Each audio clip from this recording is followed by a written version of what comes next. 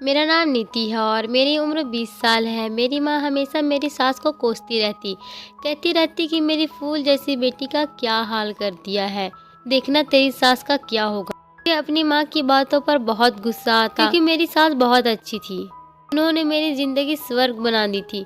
मैं तो पहले से भी ज़्यादा सुंदर हो गई। मेरी सास हर हफ्ते मुझे बाजार ले जाती थी और हजारों की मुझे शॉपिंग कराती थी। फिर मेरी माँ ने मेरी सास को बद्दुआ क्यों देती है।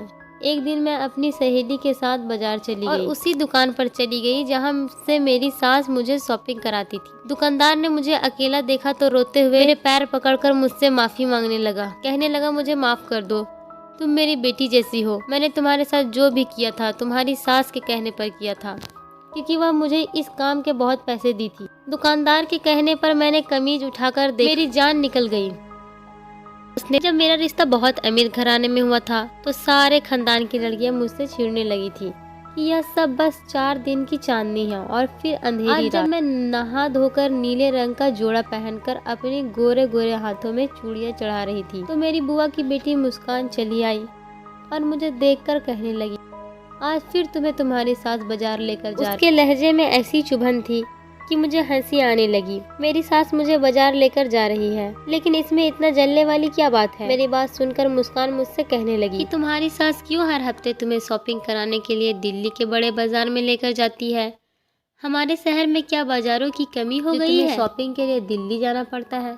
मैं जान गई थी कि वह बहुत ज्यादा जल रही है, इसलिए मैं जोर से हंसी और कहने लगी कि उनका पैसा है और उनकी मेरी सास अपनी बड़ी सी गाड़ी में मुझे दिल्ली लेकर मुझे पूरी दिल्ली घुमाती थी और महंगी से महंगी शॉपिंग कराती और वहाँ के सबसे महंगे वाले रेस्टोरेंट में मुझे खाना खिलाती। तो मुझे भला क्या एतराज हो सकता है। मैं तो उनकी मोहब्बत देखकर खुश होती और प्रार्थना कर कि भगवान दूसरों की नजर से मुझे देखकर बहुत जलने लगी और जैसे आई थी वैसे ही लौट गई। मैं गुनगुनाते हुए एक बार खुद को शीशे में देखने लगी। सूट भी मुझे मेरी सास ने दिलवाया था जो बहुत ज्यादा महंगा था और मुझ पर बहुत खूबसूरत लग रहा था। मैं तैयार होकर कमरे से निकली तो मेरी सास मुझे लेने के लिए आ चुकी थी।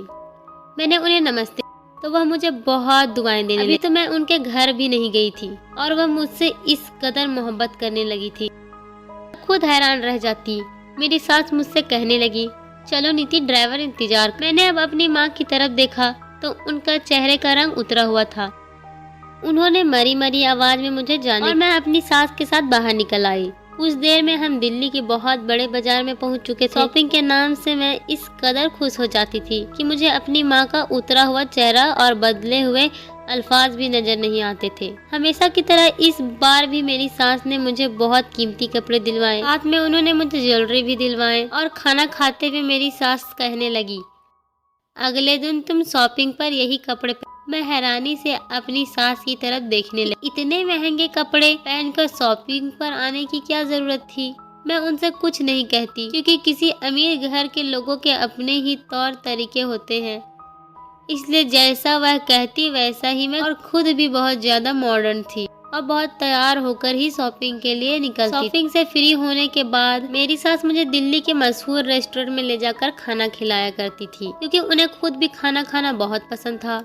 वह खाने की और शॉपिंग करने की बहुत ज्यादा शौकीन। दिल्ली के बाजार में वहाँ बहुत ज्यादा रस हुआ करता था और दुकान वाले में बहुत अच्छे से पहचान गया था, इसलिए हमें देखते ही वह हमारे लिए खाना लगा दिया करता था, जिसे खाने के बाद मुझे बहुत सुकून महसूस हुआ था। मैं बहुत ज्यादा थक गई थी। खाना खाने के बाद मेरी सास कहने लगी, चलो बहुत देर हो गई है, अब घर के लिए सुकून से एसी वाली कार में बैठकर आंखें बंद कर ली और मुझे पता ही नहीं चला कि कब मैं अपने घर आने पर जब गाड़ी रुकी तब मेरी सास ने मुझे आवाज दी और कहने लगी, नीति बेटी चलो तुम्हारा घर आ गया। मैंने हल्की सी आंखें खोली तो मैंने देखा कि वाकई में ही मैं घर के दरवाजे पर मौजूद हूँ। मुझे रास्ते का ही पता नहीं चल सका। मैंने सारे शॉपिंग के बैग्स उठाए और गाड़ी से उतरने लगी। तब मेरी सास ने कहा कि अगले दिन शॉपिंग पर इससे भी ज्यादा अच्छा, इन कपड़ों में बहुत ज्यादा खूबसूरत लगती हो। अपनी सास की बात पर मैं शर्मा गई थी। वह मेरी इसी तरह खुलकर तारीफ किया करती थी। मैं सोचती थी कि मैं कितना खुश नसीब हूँ जो मुझे इतनी मोहब्बत करने वाली सास मिली है,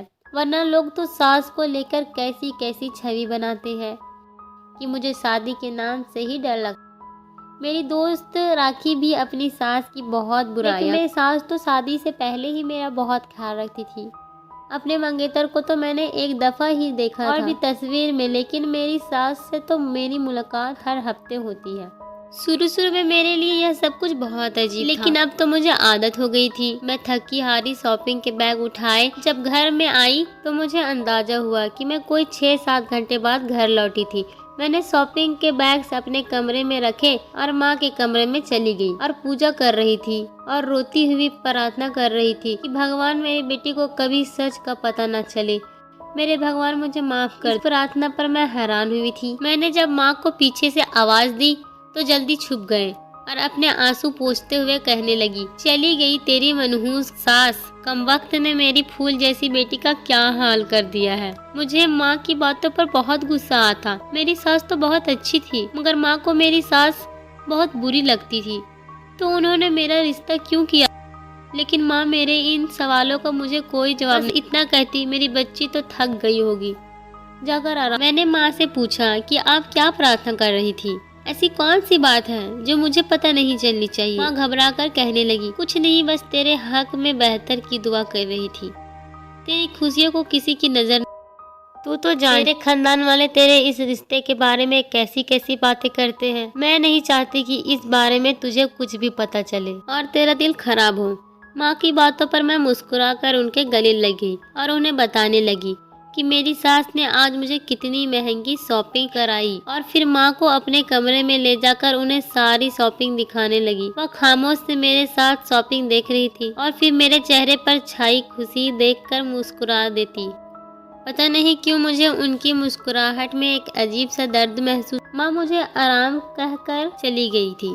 मुझे भी बहुत ज्यादा थकान महसूस हो रही थी और खाना खाने के बाद मेरा पेट भरा हुआ था, इसलिए मैं सोने के लिए लेट गई। मेरी बाकी की बहनें ऊपर छत पर थी, इसलिए नीचे सन्नाटा हो रहा था। वैसे भी माँ उन्हें मेरी सास के सामने नहीं आने देती थी और नहीं मुझे अपनी शॉपिंग अपनी बहनों को दिखाने की इजाजत थी। माँ कहती कि कहीं ऐसा ना हो कि तेरी बहनों का दिल दुखे या उन्हें एहसास हो कि उनके पास यह सब नहीं है, इसलिए मैं अपनी बहनों को अपनी खरीदारी ज्यादा नहीं दिखाती थी, बल्कि वह चीजें उन्हें दे दी थी जो मेरी सास ने मुझे उनके लिए दिलवाया। मैं थकी हारी बिस्तर पर लेटकर अपने पति के सपने देखने लगी।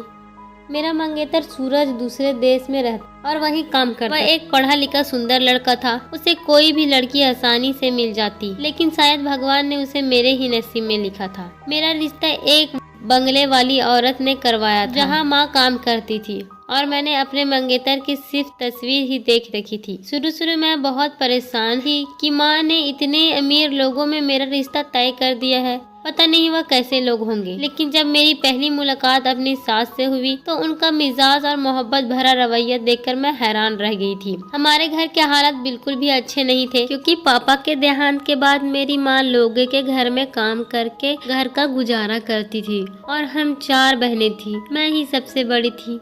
माँ जैसे तैसे हमारा पेट पाली थी। मेरे लिए कोई अच्छा रिश्ता मुमकिन ही नहीं था। अचानक एक दिन माँ ने मुझे बताया, बंगले वाली मालकिन ने मुझे एक रिश्ता बताया है और वह लोग घर आने वाले हैं। तो मुझे लगा कि उनके पास शायद काम करने वाले किसी नौकर का रिश्ता होगा, लेकिन एक बड़ी सी काले रंग की गाड़ी हमारे दरवाजे पर आकर रुकी।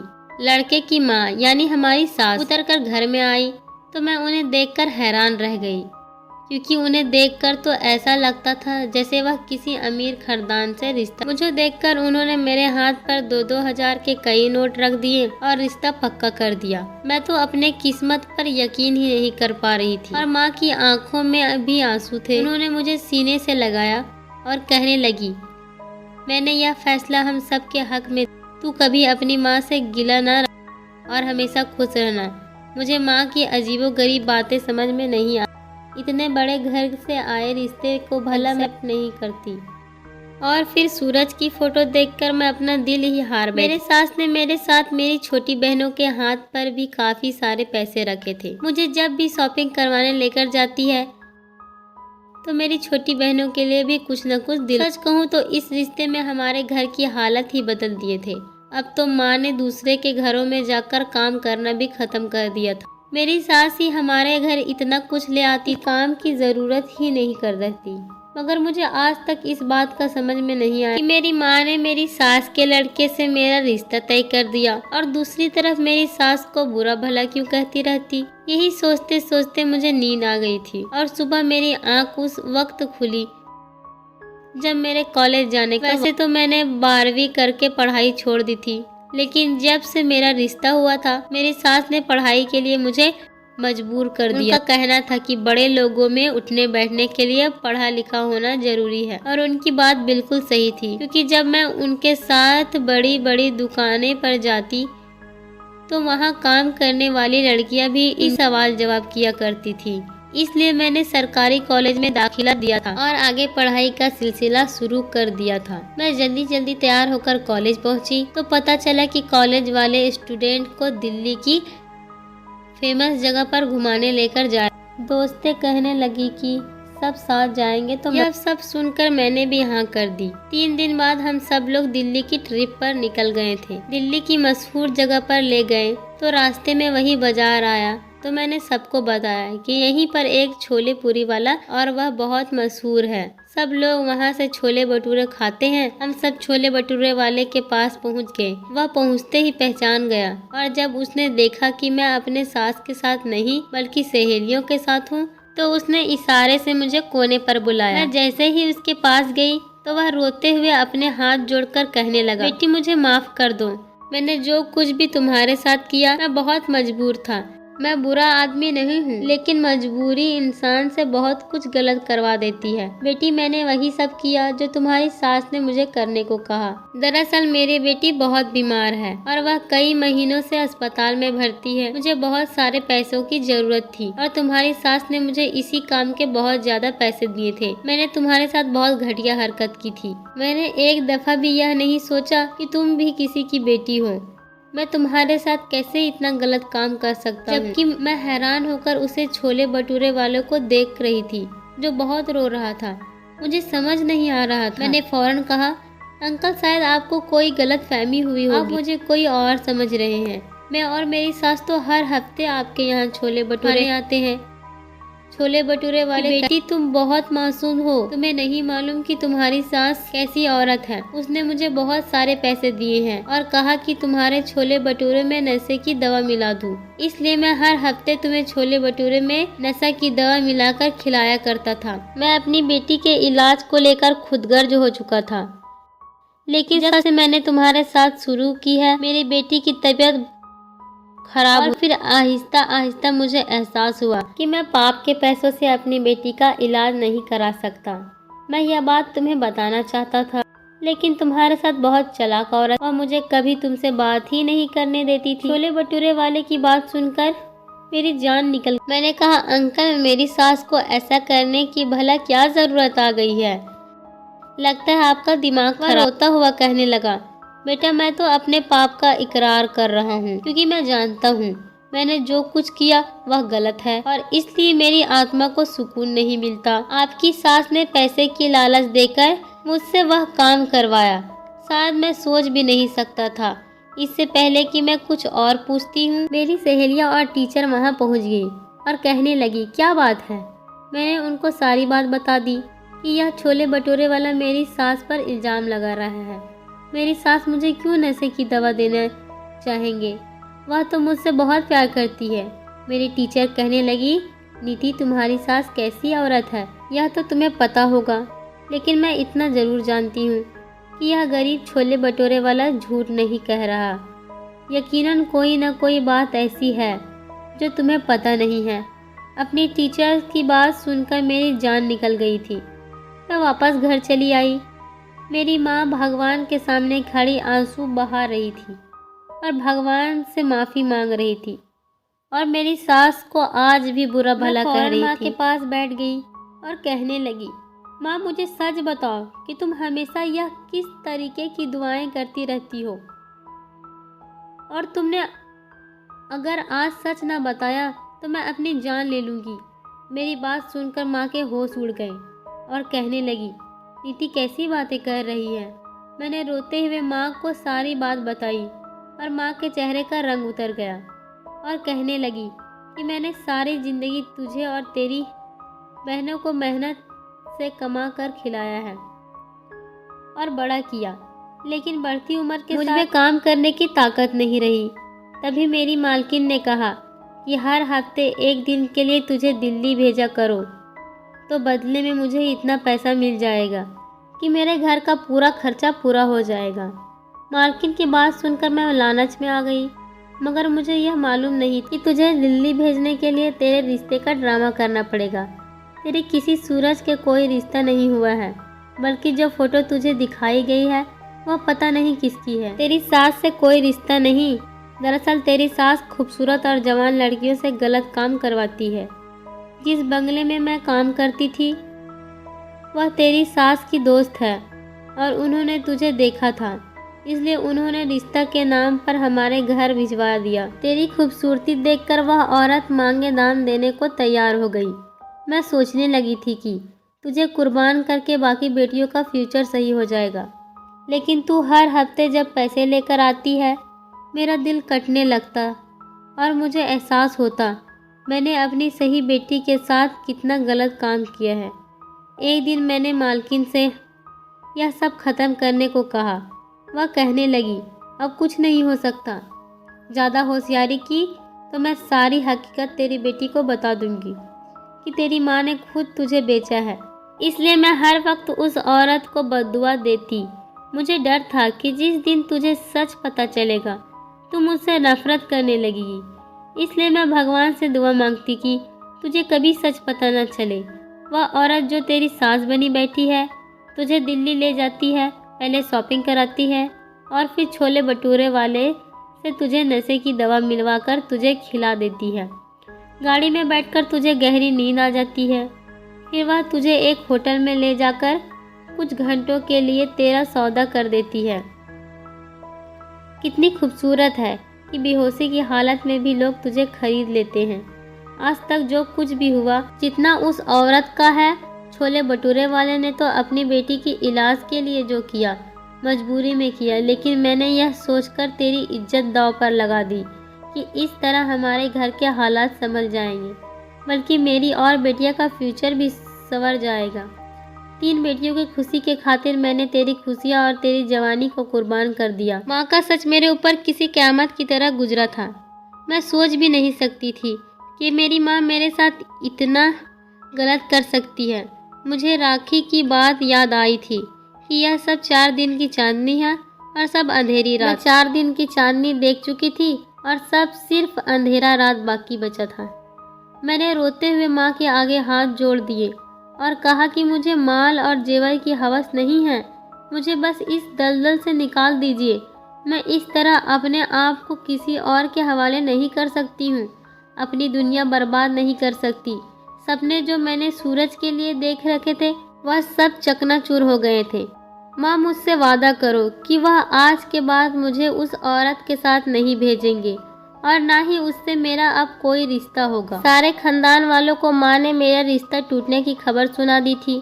जो कोई आया था वह मेरा मजाक उड़ाकर चला गया था। मेरा घर, मेरा घमंड सब चूर हो चुका था। वह औरत जो मेरी सास बनी हुई थी, माँ के मना करने पर उसने मेरी माँ के साथ बहुत झगड़ा किया और गुस्से से हमारे घर से 3 दिन बाद हमें पता उस औरत का तेज कार चलाने की वजह से एक्सीडेंट हो गया था। उसी वक्त मर गई थी। माँ हमें लेकर दूसरे शहर आ गई थी। आज इस बात को कई साल गुजर गए हैं और हम बहनों की शादी हो गई है और माँ भी इस दुनिया में नहीं है और मैं अपने पति के साथ खुश हूँ। मेरे पति को मेरी पिछली ज़िंदगी के बारे में कुछ पता, लेकिन जब भी मैं अपने पास्ट को याद करती हूँ मेरा दिल कांप सा जाता कि उस दिन अगर छोले पूरी वाले मुझे हकीकत ना बताता तो क्या मेरी सारी ज़िंदगी इसी तरह गुजर जाती और मरने के बाद मैं अपने भगवान को क्या जवाब देती। दोस्तों, उम्मीद करती हूँ आपको हमारी कहानी पसंद आई होगी। कहानी पसंद आई तो वीडियो को लाइक करें, चैनल पर नए हो तो चैनल को सब्सक्राइब करें और हाँ, नोटिफिकेशन बेल को ज़रूर दबाएं ताकि अगली अपडेट सबसे पहले आपको मिले।